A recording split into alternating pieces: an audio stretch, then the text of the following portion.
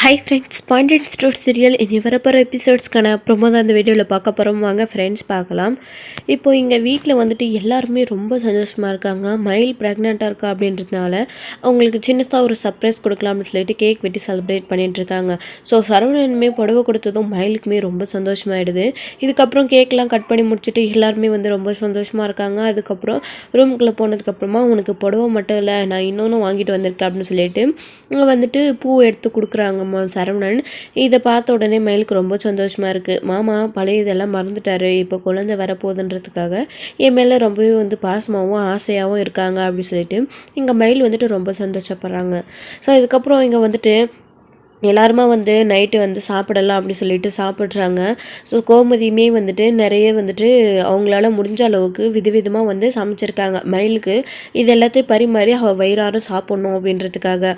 So இவங்கெல்லாம் வந்து cake வெட்டி கிஃப்ட் கொடுத்தாங்க. என்னால் எதுவும் வாங்கிட்டு வர முடியல, இவங்க என்கிட்டயும் சொல்லவும் இல்லை. ஸோ அதனால் என்னால் முடிஞ்ச அளவுக்கு நான் எல்லாருக்கும் வகை வகையாக சமைச்சிருக்கேன் அப்படின்னு சொல்லிட்டு கோமதி வந்து சொல்லிட்டு இருக்காங்க. கோமதி கிட்ட, அதாவது மயில்கிட்டே வந்துட்டு கோமதி வந்து சொல்லிக்கிட்டு இருக்காங்க. அப்படியாத்த, பரவாயில்லத்த, நீங்கள் என்ன போய் எனக்கு கிஃப்ட் கொடுக்க போகிறீங்க, எல்லாரும் கொடுத்த கிஃப்ட்டே எனக்கு ரொம்ப சந்தோஷமாக இருக்கு அத்தை அப்படின்னு சொல்லிட்டு, இல்லை மயில் என்னால் முடிஞ்சது அப்படின்னு சொல்லிட்டு எல்லாரும் ரொம்ப சந்தோஷமாக சாப்பிட்டுக்கிட்டு இருக்காங்க. ஸோ எல்லாரையும் வந்துட்டு அவங்க எல்லாருக்கும் சாப்பாடு பரிமாற்றிட்டு இருக்காங்க. ஸோ தட்டையில் தண்ணி எல்லாம் வந்துட்டு எடுத்துக்கிட்டு இருக்காங்க. இவங்க அப்படி எடுத்துக்கிட்டு இருக்கும்போது கிச்சன்லேருந்து வந்து பார்த்திங்க அப்படின்னா தண்ணி எடுக்கும்போது, ஸோ சாப்பாடு எல்லாம் வந்துட்டு எடுக்கும்போது அங்கே இருந்த எண்ணெய் கேன் வந்து தவறி வந்து கீழே விழுந்துருது. இங்கே வந்துட்டு தலைக்கேறிடுச்சு. அதனால் வந்துட்டு அவசரமாக தண்ணி கொண்டு வர அவசரத்தில் அதை துடைக்காமையே வந்துட்டு பார்த்திங்க அப்படின்னா இங்கே வந்துட்டு தண்ணி எடுத்துகிட்டு வந்துடுறாங்க. யாருக்குன்னு நம்ம பழனிக்கு தான் வந்துட்டு தலைக்கேறிடுது. அப்புறம் பார்த்து அப்படின்னு சொல்லிட்டு இங்கே பாண்டியனும் கோமதியும் வந்து சொல்லிக்கிட்டு இருக்காங்க. இப்போ வந்துட்டு தண்ணி வந்து அவங்க குடிக்கிறாங்க. இப்போ ஓகே வாடா அப்படின்னு சொல்லிட்டு ஓகே அப்படின்னு சொல்லிட்டு ஸோ என்ன கொட்டிடுச்சு, துடைக்கணும் அப்படின்னு சொல்லிட்டு சுகன்யா வந்து நினச்சிக்கிட்டே இருக்காங்க. அதுக்கப்புறம் இங்கே நடக்கிற இதில் வந்துட்டு சாப்பாடு பரிமாறிக்கிட்டு மறந்துடுறாங்க, கவனிக்காமல் விட்டுடுறாங்க. அதுக்கப்புறம் அங்கே வந்துட்டு மயில் வந்து சாப்பிட்டு முடிச்சுட்டு கை கழுவலாம் அப்படின்னு சொல்லிட்டு போகிறாங்க. அங்கே போனால் மயிலுக்கு கீழே எண்ணெய் கொட்டி இருக்கிற விஷயம் தெரியாமல் மயில் வந்துட்டு அதில் காலை வச்சிடுறாங்க. கால் வலிக்கு கீழே விழுந்துடுறாங்க. கீழே விழுந்த உடனே ஐயோ அம்மா மாமா அப்படின்னு சொல்லிட்டு பயங்கரமாக வந்து மயில் வந்துட்டு துடிக்கிறாங்க. என்னாச்சு அப்படின்னு சொல்லிட்டு இப்போ எல்லாரும் பதற்றமாக ரொம்பவே வந்து ஓடுறாங்க. என்னாச்சு, மயில் அக்கா குரலாக்குதே அப்படின்னு சொல்லிட்டு மீனாவுமே சொல்கிறாங்க. ஸோ மயில் ஏதோ ஆபத்தில் இருக்கா, அவளுக்கு ஏதோ பிரச்சனை அப்படின்னு சொல்லிட்டு எல்லாரும் பயங்கர இதோட ஓடுறாங்க. போய் பார்த்தா மயில் வந்து கீழே விழுந்து கிடக்குறாங்க. என்னாச்சு அப்படி சொல்லிட்டு இங்கே சரவணன், கோமதி, பாண்டியன் எல்லாருமே வந்து கேட்டுக்கிட்டு இருக்காங்க. என்னாச்சு, ஏம்மா நீ புள்ளத்தாச்சி பொண்ணு இல்லை, நீ பார்த்து நடக்கக்கூடாதா, என்னம்மா இப்படி விழுந்துட்ட, என்னம்மா வயிற்றுலேயே அடிபட்டுருச்சா, எங்கம்மா வலிக்குது, வயிறு வலிக்குதா, என்ன ஏது அப்படின்னு சொல்லிட்டு இங்கே கோமதி வந்து ரொம்பவும் வந்து பதறாங்க. ஐயோ மாசமாக இருக்கிற சமயத்தில் இப்படி கீழே விழுந்துட்டாலே, ஏதாச்சும் அடிபட்டு கடவுளே எதுவும் அது அபசகுணமாக நடந்துடக்கூடாது. இப்போ தானே கொஞ்ச நேரத்துக்கு முன்னாடி எல்லாரும் அவ்வளோ சந்தோஷமாக இருந்தோம், அதுக்குள்ளே இப்படி பண்ணிட்டியே அப்படின்னு சொல்லிட்டு இங்கே கோமதி வந்து ரொம்பவே வந்து பார்த்தீங்க அப்படின்னா பதறாங்க. இதுக்கப்புறம் வந்துட்டு வெயிட் பண்ண வேணாம், நம்ம ஹாஸ்பிட்டலுக்கு மயிலாக்காவை உடனே தூக்கிட்டு போகலாம் அப்படின்னு சொல்லிட்டு இங்கே வந்துட்டு கோமதி மீனா வந்து சொல்லிக்கிட்டு இருக்காங்க. எப்படி கீழே விழுந்தா, என்னாச்சு ஏதாச்சுன்னு கேட்குறாங்க. அத்தை நான் கை கழுவலான்னு வந்தேன் அத்தை, கை கழுவிட்டு திரும்பும்போது கீழே கால் வலிக்கிடுச்சு அத்தை, வலிக்கு கீழே விழுந்துட்டேன் அப்படின்னு சொல்லிட்டு இங்கே வந்துட்டு ரொம்ப பதறாங்க. இப்போ இங்கே வந்துட்டு பாண்டியன் இருந்துக்கிட்டு, ஏங்க முதி கீழே கால் வலிக்கிடுச்சு அப்படின்னு சொல்கிறா, என்ன சமைக்கும் போது கீழே தண்ணி எண்ணெய் இது ஏதாவது கொட்டிட்டியா அப்படின்னு சொல்லிட்டு, ஏங்க இல்லைங்க, நான் எல்லாம் கிச்சனை க்ளீன் பண்ணிட்டு தாங்க வந்தேன், நான் சமைச்சு முடிச்சதுக்கப்புறம் மேலேருந்து கீழே வரைக்கும் பாருங்கள் க்ளீனாக தான் தொடச்சிட்டு தான் வந்தேன், நான் எப்படிங்க கீழே எண்ணெய் தண்ணி கொட்ட முடியும், அப்படி இருந்தால் நான் க்ளீன் பண்ணியிருக்க மாட்டானா அப்படின்னு சொல்லிட்டு இங்கே கோமதி வந்து சொல்கிறாங்க. அப்போ வேறு என்ன வலிக்கிடுச்சுன்னு சொல்கிறாங்க அப்படின்னு சொல்லிட்டு சுற்றி முற்றி எல்லாரும் பார்க்குறாங்க. பார்த்தா கீழே வந்து எண்ணெய் கொட்டி கிடக்கு. என்னாச்சு, இது கீழே எண்ணெய் கொட்டி இருக்குது அத்தை, இங்கே பாருங்கள் இவ்வளோ எண்ணெய் கொட்டி இருக்குது, அதனால தான் மயிலக்கா அதில் கால் வச்சு வலிக்கி விழுந்திருக்காங்க அப்படின்னு கோமதி வந்து சொல்கிறாங்க. இப்போது இந்த எண்ணெய் இப்போ எப்படி கீழே வந்துச்சு அப்படின்னு சொல்லிட்டு எல்லாரோடைய மனசில் ஒரு கேள்வி தோணிக்கிட்டே இருக்குது. எண்ணெய் எப்படி கீழே கொட்டுச்சு, யாரும் கிச்சனுக்கு வரலையே, நீங்கள் க்ளீன் பண்ணிட்டு வந்தேன்னு தானே சொன்னீங்க அப்படின்னு சொல்லிட்டு. அதுக்கப்புறம் இங்கே ராஜுவுக்கும் மீனாவுக்கு வந்துட்டு இப்போது தண்ணி எடுக்கிறதுக்காக சுகன்யா சித்தி மட்டும்தானே இங்கே வந்தாங்க அப்படின்னு சொல்லிட்டு யோசிக்கிறாங்க. உடனே எல்லாரும் அவங்கள பார்க்குறாங்க. சித்தி இப்போ நீங்கள் மட்டும்தானே இங்கே தண்ணி எடுக்க வந்தீங்க அப்படின்னு சொல்லிட்டு நான் தான் தண்ணி எடுக்க வந்தேன். ஆனா இந்த எண்ணெய் எப்படி கீழ கொட்டுச்சுன்னே எனக்கு தெரியல அப்படின்னு சொல்லிட்டு, எங்க சுகன்யா வந்து பொய் சொல்லிடுறாங்க. ஸோ அவங்க தான் வந்துட்டு கீழ எண்ணெய கொட்டுனாங்க. அத தொடைக்காம மறந்து விட்டுட்டு வந்துட்டாங்க. ஆனா இப்ப எண்ணெய நாம தான் கொட்டணும்னு தெரிஞ்சா, இதுக்கு முன்னாடி நாம பண்ண தப்புகள வச்சு எல்லாமே பழி வாங்குறதுக்காக இப்ப நாம தான் பண்ணோம் அப்படின்னு சொல்லிட்டு, நம்ம மேல திரும்பவும் பழிய போட்டுருவாங்க அப்படின்னு சொல்லிட்டு, இல்ல நான் பண்ணல, எனக்கு தெரியாது அப்படின்னு சொல்லிட்டு பொய் சொல்லிடுறாங்க. நான் தண்ணி எடுத்துட்டு வந்துட்டேன். எண்ணெய் நான் கீழ கொட்டவே கிடையாது அப்படின்னு சொல்லிட்டு, இப்போ வேற எப்படி கொட்டியிருக்கோம் அப்படின்னு சொல்லிட்டு இங்க எல்லாருமே வந்து சந்தேகத்தோடயே இருக்காங்க. அக்கா நீங்க மட்டும் தானே இப்போ கிச்சனுக்கு வந்தீங்க அப்படின்னு மீனா திரும்ப திரும்ப சொல்லிக்கிட்டே இருக்காங்க. இதுல பாண்டியன் இருந்துகிட்டு இங்க பாருப்பா, அவ தான் கொட்டலன்னு சொல்லிட்டா இல்ல, விடுப்பா, சும்மா அந்த பிள்ளைய தப்பா நினைக்காதீங்க அப்படின்னு சொல்லிட்டு இங்க பாண்டியன் வந்து மீனா கிட்ட வந்து சொல்லிடுறாங்க. ஸோ அதனால் மீனாவுமே எதுவும் கேட்காம அமைதியாயிடுறாங்க. இதுக்கப்புறம் முதல்ல இவளை ஹாஸ்பிட்டலுக்கு கூட்டிகிட்டு போகலாம், வழியில் துடிச்சிட்ருக்கா, நீங்கள் என்னமோ யார் எண்ணெய் கொட்டியிருப்பா என்ன ஏதுன்னு அப்படியே பெரிய போலீஸ் அதிகாரி மாதிரி பேசிக்கிட்டு இருக்கீங்க, முதல்ல ஹாஸ்பிட்டலுக்கு தூக்குடா சரவணா அப்படின்னு சொல்லிட்டு கோமதி வந்துட்டு அவசர அவசரமாக ஹாஸ்பிட்டலுக்கு தூக்கிட்டு இங்கே செந்தில் சரவணன் எல்லாரும் வந்து கிளம்பி போயிட்டுருக்காங்க. இப்போ மீனாவும் நானும் வர அத்தை கூட இல்லை மீனா நீ வீட்லேயே இரு அப்படின்னு கோமதி சொல்லிட்டு ஹாஸ்பிட்டலுக்கு கூட்டிகிட்டு போகிறாங்க. ஸோ அங்கே போனது டாக்டர் கீழே வலிக்கு விழுந்துட்டா, என்னாச்சுன்னு பாருங்கள் டாக்டர், இவ ப்ரெக்னெண்ட்டாக இருக்கா அப்படின்னு சொல்லிட்டு சரவணன் கோமதி பயங்கரமாக வந்து அழுகுறாங்க. இங்கே செந்திலும் கதிரும் வந்துட்டு எதுவும் ஆகாதுமா, நீங்கள் அமைதியாக இருங்க, அழுவாதீங்க, அன்னைக்கு எதுவும் ஆகாது அப்படின்னு சொல்லிட்டு, டே இல்லைடா அவள் இப்போ மாசமாக இருக்கா, இப்போ வர கீழே வலிக்கு விழுந்துட்டாலே, என்னாச்சுன்னு தெரியலையே, எங்கே அடிபட்டிருக்குன்னு தெரியலையேடா அப்படின்னு சொல்லிட்டு ரொம்பவே வந்து பதறாங்க. அதெல்லாம் ஒன்றும் ஆகாதுமா, நீங்கள் அமைதியாக இருங்க அப்படின்னு சொல்லிட்டு இங்கே கதிர் வந்து சொல்லிக்கிட்டு இருக்காங்க. அவங்க கிளம்பி ஹாஸ்பிட்டலுக்கு போனதுக்கப்புறமா இந்த பக்கம் இங்கே வந்துட்டு மீனா வந்துட்டு அப்போவுமே வந்துட்டு அவங்களுக்கு சந்தேகம் தெரிறதே இல்லை. ஸோ பாண்டியன் அங்கேருந்து ரூமுக்கு போனதுக்கப்புறமா நீங்கள் தானே கிச்சனுக்கு வந்தீங்க, ஏதோ சத்தம் வேற கேட்டுச்சு தடுக்குன்னு, நீங்கள் தண்ணி கொண்டு வரும்போது நீங்கள் தான் எண்ணெய் கீழே கொட்டியிருப்பீங்க அப்படின்னு சொல்லிட்டு, இங்கே பாரு மீனா, நான்லாம் எண்ணெய் கொட்ட கிடையாது, நான் வேணும்னு எதுவும் படவும் கிடையாது, அது வந்துட்டு நான் தண்ணி எடுக்கும்போது தெரியாமல் கீழே கொட்டிருச்சு போல இருக்குது, நான் தான் அவசரத்தில் கவனிக்காமல் விட்டுட்டு வந்துட்டேன், ஆனால் வந்துட்டு என் மேலே எந்த ஒரு தப்பும் இல்லை, நான் வேணும்னு எதுவுமே பண்ணல அப்படின்னு சொல்லிட்டு, ஓ அப்போது நீங்கள் தான் பண்ணியிருக்கீங்கல்ல, அப்போது நீங்கள் கீழே எண்ணெயை கொட்டியிருக்கும் போது நீங்கள் அதை க்ளீன் பண்ணியிருக்கணும்ல. இப்போ பாருங்கள் மயிலாக்கா அதில் கால் நாளைக்கு கீழே விழுந்து அவங்களுக்கு ஹாஸ்பிட்டலுக்கு போயிருக்காங்க, அவங்களுக்கு என்னாச்சு ஏதாச்சுன்னே தெரியல, வீட்டுக்கு முதல் வாரிசு வரப்போகுதுன்னு எல்லாரும் இப்போ தான் ரொம்ப சந்தோஷமாக இருந்தோம், அதுக்குள்ளே நீங்கள் வந்துட்டு இப்படி கீழே எண்ணெயை கொட்டி இப்படி பண்ணிட்டீங்களே அப்படின்னு சொல்லிட்டு இங்கே ராஜு ஒரு பக்கம் கேட்டுக்கிட்டு இருக்காங்க. இங்கே பாரு நான் எதுவுமே பண்ணல அப்படின்னு சொல்லிட்டு எங்கள் சுகன்யா வந்துட்டு அழுதுகிட்டே வந்து ஓடி போயிடுறாங்க. அவங்களுடைய அந்த வீட்டுக்கு பாடுறது குமரவேலியோடைய வீட்டுக்கு வந்துட்டு அழுதுகிட்டே வந்து ஓடி போயிடுறாங்க. அவங்கக்கிட்ட போயிட்டு அப்பதா கிட்ட போயிட்டு பேசுகிறாங்க. அவங்களுமே என்னாச்சுடி எதுக்காக அழுந்துக்கிட்டே வர அப்படின்னு சொல்லிட்டு அப்பத்தாவுமே கேட்குறாங்க. பார்த்தா இங்கே நடந்த விஷயங்கள் எல்லாத்தையும் சொல்கிறாங்க. ஏண்டி கவனமாக இருந்திருக்கக்கூடாதா, அவளே பிள்ளைத்தாச்சு புள்ள, அவளை கீழே நலுக்கி விழுந்துட்டு எண்ணெயில் விழுக்க வச்சிருக்கே அப்படின்னு சொல்லிட்டு, நான் வேணும்னே எதுவும் படலை, நீங்களும் அந்த குடும்பத்தில் இருக்கவங்க என் மேலே சந்தேகப்பட்டு பேசுகிற மாதிரி நீங்களும் பேசுகிறீங்களே அப்பத்தா அப்படின்னு சொல்லிட்டு இங்கே சுகன்யாவும் பாட்டியும் வந்து பேசிக்கிட்டு இருக்காங்க. அப்போ தான் வந்துட்டு இங்கே நடந்த விஷயங்கள் எல்லாமே சக்திவேல் வந்துட்டு கேட்குறாங்க. இவங்க பேசிகிட்டு இருக்க விஷயத்த அவங்களுக்குமே தெரிய வருது. ஓ அப்படியா, என்னம்மா ஏதோ தெரியாமல் என்ன கொட்டிருச்சு, அதுக்கு நீ தான் வேணும்னு பண்ணேன்னு சொல்லிட்டு உன் மேலே பழிய போடுவாங்களா அந்த பாண்டியன் குடும்பத்தில் இருக்கிறவங்க, அந்த விவசாய கட்டவங்களுக்கு கொஞ்சம் கூட அறிவே இல்லை, யார் என்ன பண்ணுறாங்கன்னெல்லாம் தெரியாது, இடத்தோம் கவுத்தோன்னு தான் பேசிக்கிட்டு இருப்பாங்க.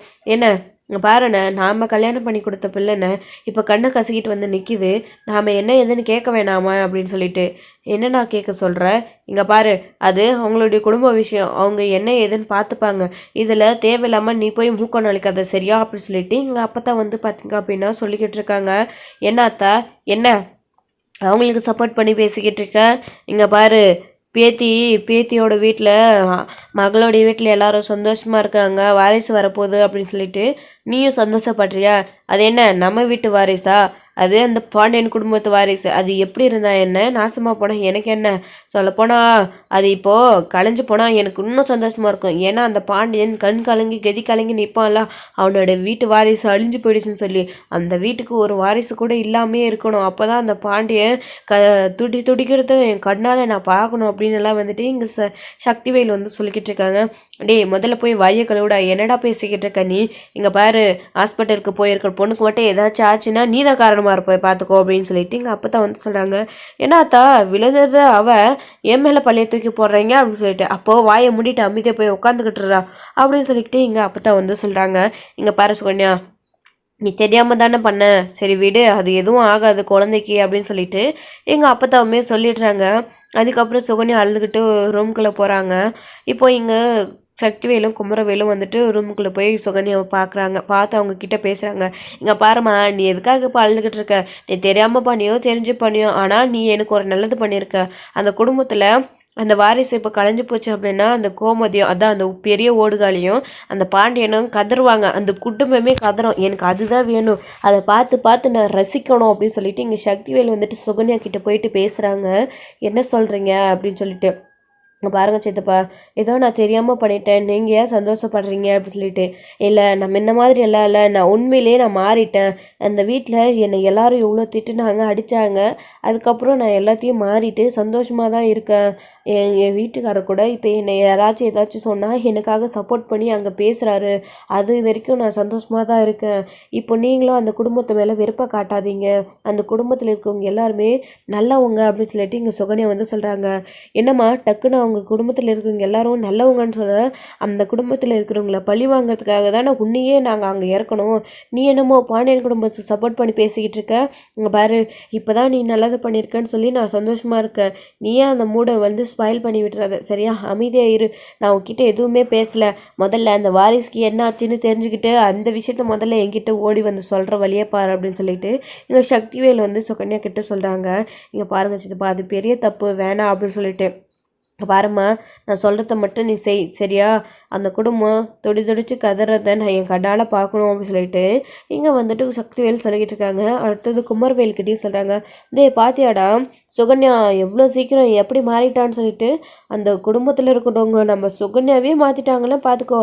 அவ்வளோ பெரிய கில்லாடி குடும்பம்டா அது. எல்லாருமே மொத்த குடும்பமும் கிரிமினல் குடும்பம்டா அது. குமரவேல்கிட்ட சொல்லிக்கிட்டு இருக்காங்க. இங்கே பாருடா, இதே சாக்கா வச்சுக்கிட்டு அந்த குடும்பத்தில் ஒரு இழப்பு விழுந்தா அந்த பிஞ்சு உயிர் ஏதாச்சும் ஆச்சுன்னா இந்த கோர்ட்டில் வந்துட்டு ஹியரிங் வந்து ஒத்தி வச்சுருக்காங்கல்ல, அதுக்கு யாருமே வரவே மாட்டாங்க. நமக்கும் அதுதான் வேணும். நீ யாருமே வரல அப்படின்னா உன் மேலே எந்த ஒரு தப்பும் இல்லைன்னு உன்னை மொத்தமாக அந்த கேஸ்லேருந்து நான் வெளியே கொண்டு வந்துடுவேன், இதையே காரணமாக வச்சு. இல்லைன்னா அந்த குடும்பத்தில் பாண்டியன் வந்துட்டு திரும்பவும் உன் மேலே ஏதாச்சும் வந்து பேசுகிறதுக்கு சட்டப்படி அங்கே கோர்ட்டில் உனக்கு வந்துட்டு சாதகமாக வராது, ஏதாச்சும் பண்ண வாய்ப்பு இருக்குது. இதே ஒரு காரணமாக இருக்கும் இல்லடா அவனே அப்படின்னு சொல்லிட்டு இங்கே சக்திவேல் வந்துட்டு குமரவேல் கிட்ட சொல்லிக்கிட்டு இருக்காங்க. குமரவேல் எதுவுமே பேசாமல் அமைதியாக போயிடுறாங்க. என்னடா நீ, நான் உனக்காக பேசிக்கிட்டு இருக்க, நீ எதுவுமே பேசாமல் அமைதியாக உன் பாட்டுக்கு போய்கிட்டே இருக்க அப்படின்னு சொல்லிட்டு இங்கே சக்திவேல் வந்து கேட்டுக்கிட்டே குமரவேல் பின்னாடியே போயிடுறாங்க. ஏன் இவருடைய எண்ணம் எப்படி இருக்குன்னு தெரியல. அங்கே குடும்பத்தில் எல்லாரும் ரொம்ப நல்லவங்களாக இருக்காங்க, புரிஞ்சுக்காம இவங்க தான் இப்படி கோபமாக பேசிக்கிட்டு இருக்காங்க. இவங்க எல்லாரும் கூடிய சீக்கிரத்தில் அங்கே வீட்டில் இருக்கிறவங்க இல்லை எல்லாரையும், பாண்டியன் குடும்பத்தில் எல்லாரையும் புரிஞ்சுக்கணும் அப்படின்னு சொல்லிட்டு சுகன்யா வந்து நினைக்கிறாங்க. ஸோ சுகன்யா வந்துட்டு முன்ன மாதிரி இல்லாமல் இப்போ மாறிட்டாங்க. ஸோ இங்கே பக்கம் இங்கே சரண் வந்து பயங்கரமாக அழுதுகிட்டு இருக்காங்க ஹாஸ்பிட்டலில். என்னாச்சு அப்படின்னு சொல்லிட்டு டாக்டர் வந்து செக் பண்ணிக்கிட்டு இருக்காங்க. ஸோ செக் பண்ணி முடிச்சுட்டு வெளியிலையும் வராங்க. இவங்களுக்கு எப்படி இப்படி ஆச்சு அப்படின்னு சொல்லிட்டு. அதான் சொன்னேன் இல்லை டாக்டர், கீழே எண்ணெய் கொட்டிருக்கு, கிச்சனில் வலிக்கி விழுந்துட்டாங்க அப்படின்னு சொல்லிட்டு. ஏங்க, புள்ளத்தாச்சி பொண்ணு இருக்கிற இடத்துல எல்லாம் கேர்ஃபுல்லாக வைக்க மாட்டிங்களா?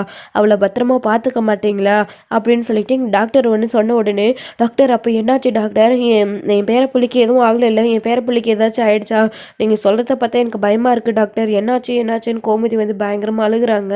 ஒரு நிமிஷம் என்னை பேச விடுங்க, நீங்களா பேசிக்கிட்டு இருந்தால் எப்படி? கேர்ஃபுல்லாக வைக்கக்கூடாதுன்னு தானே சொன்னேன். அவங்களுக்கு கேர்ஃபுல்லாக வைக்காததுனால ஏதாச்சும் ஆயிடுச்சு நான் சொன்னேன். அப்படியெல்லாம் எதுவும் இல்லை, ஜஸ்ட்டு மிஸ்ஸு. உங்கள் வயிற்றில் இருக்கிற குழந்தைக்கு ஆபத்து உண்டாயிருக்கும். ஆனால் இப்போ நல்ல விதமாக நீங்கள் எந்த ஒரு இது இல்லாமல் குழந்தை வந்து உங்களுக்கு நல்லபடியாக தான் இருக்குது, அவங்களுக்கு எதுவும் ஆகலை. ஆனால் பலமாக வயிற்றில் அடிபட்டிருக்கு. இப்போ இருக்கிறத விட இவங்களை இதுக்கு மேலேயும் ரொம்ப கேர்ஃபுல்லாக பார்க்கணும். ஒரு 5-6 மாதம் ஆகிற வரைக்கும் கேர்ஃபுல்லாக பார்த்துக்கோங்க அப்படின்னு சொல்லிட்டு டாக்டர் வந்து சொல்லிடுறாங்க. ரொம்ப தேங்க்ஸ் டாக்டர், நாங்கள் கூட கொஞ்சம் நேரத்தில் குழந்தைக்கு ஏதாச்சும் ஆயிடுச்சோன்னு ரொம்ப பயந்துட்டோம் அப்படின்னு சொல்லிட்டு இங்கே கோமதி வந்து சந்தோஷப்படுறாங்க. இதுக்கு மேலேயாச்சும் அவங்கள ஒழுங்காக பார்த்துக்கோங்க அப்படின்னு சொல்லிட்டு. ஸோ இப்போ தான் வந்துட்டு சரவணனுக்கு வந்துட்டு மயில் மேலே இன்னுமே வந்து பாசம் அதிகரிக்குது. ஓடி போய் மயிலை பார்த்து பேசுகிறாங்க. மயில், உனக்கு எதுவும் ஆகலை மயில், உன் குழந்தைக்கு எதுவும் ஆகலை, நம்மளுடைய குழந்தை நல்லா தான் இருக்குது, நீ கவலைப்படாத மயில் அப்படின்னு சொல்லிட்டு. மாமா, நான் கூட பயந்துட்டேன் மாமா, இந்த குழந்தை வந்ததுக்கப்புறம் தான் நீங்கள் எவ்வளோ சந்தோஷமாக இருந்தீங்க அப்படின்னு நான் பார்த்தேன். இதோ இப்போ குழந்தைக்கு ஏதாச்சும் ஆயிருந்துச்சுன்னா நீங்கள் ரொம்ப கஷ்டப்பட்டுருப்பீங்கள்ல அப்படின்னு சொல்லிட்டு. மயில், நீ பார்த்து ஜாக்கிரதையாக கீழே பார்த்து நடந்திருக்க கூடாதா, இப்போ பார்த்தியா அப்படின்னு சொல்லிட்டு. இல்லைங்க. நான் கை கழுவிட்டு சட்டுன்னு திரும்புனேன்னா, அங்க கீழ எண்ணெய் கொட்டியிருக்கிறத நான் கவனிக்கல அப்படின்னு சொல்லிட்டு மயில் சொல்றாங்க. சரி மயிலு, இனிமே பார்த்து இருந்துக்கோ சரியா? நீ கிச்சன் பக்கமே போகாத. இனிமே எந்த வேலையும் செய்யாத. நீ கம்ப்ளீட்டா ரெஸ்ட் எடுக்கணும்னு டாக்டர் சொல்லியிருக்காங்க சரியா? அப்படின்னு சொல்லிட்டு இங்க சரவணன் வந்து மயில்கிட்ட சொல்லிக்கிட்டு இருக்காங்க. இப்போ கதிருமே வந்துட்டு அண்ணி எப்படி இருக்கு அப்படின்னு சொல்லிட்டு விசாரிக்கிறாங்க. இப்போ பரவாயில்ல அப்படின்னு சொல்லிட்டு. ஆனா வலி இருக்கு அப்படின்னு சொல்லிட்டு. இப்போ வந்துட்டு டாக்டர் வராங்க. ரிப்போர்ட் குடுத்துட்டு எந்த ஒரு பிரச்சனையும் இல்ல. திரும்பவும் நீங்க அப்புறம் வந்து ஸ்கேனுக்கு செக்கப்புக்கு வரணும் அப்படின்னு சொல்லிட்டு இப்போ இந்த டேப்லெட்லாம் கொடுத்துருக்கேன் இதெல்லாம் கரெக்ட் டைம்க்கு அவங்களுக்கு கொடுங்க அப்படின்னு சொல்லிட்டு கேட்குறாங்க. மேடம் இவளை கூட்டிகிட்டு போகலாமா அப்படின்னு சொல்லிட்டு இங்கே வந்துட்டு கோமதி வந்து கேட்குறாங்க. இன்னைக்கு ஒரு நாள் இருக்கட்டும், விடிஞ்சதும் நீங்கள் கூட்டிகிட்டு போங்க அப்படின்னு சொல்லிட்டு சொல்கிறாங்க. சரிங்க டாக்டர் அம்மா அப்படின்னு சொல்லிட்டு என்னடி மயிலே கொஞ்ச நேரத்தில் இப்படி பண்ணிட்டியே அப்படின்னு சொல்லிட்டு இங்கே கோமதி வந்து அழுகிறாங்க. அத்தை நான் இப்படி நடக்கும்னு எதிர்பார்க்கல அத்தை அப்படின்னு சொல்லிட்டு. என்னம்மா ரொம்ப வலிக்குதா அப்படின்னு சொல்லிட்டு. ஆமாம் அத்தை ரொம்ப வலிக்குது அப்படின்னு சொல்லிட்டு. சரி சரி டாக்டர்கிட்ட மாத்திரைலாம் கொடுத்துருக்காங்கல்ல அதெல்லாம் போட்டால் சரியாயிடும், நீ தைரியமா இரு அப்படின்னு சொல்லிட்டு இங்கே கோமதி வந்துட்டு பேசிக்கிட்டு இருக்காங்க மயில்கிட்ட. ஸோ இதோட இந்த எபிசோடு வந்து முடிச்சிருக்காங்க. நாளைக்கான எபிசோடில் என்ன நடக்குது அப்படின்னு வெயிட் பண்ணி பார்க்கலாம் ஃப்ரெண்ட்ஸ். பாய். இதோட உங்களுக்கு பிடிச்சிருந்தா லைக் பண்ணுங்கள், ஷேர் பண்ணுங்கள், கமெண்ட் பண்ணுங்கள், மறக்காமல் பெல் ஐக்கனை கிளிக் பண்ணி வச்சுக்கோங்க.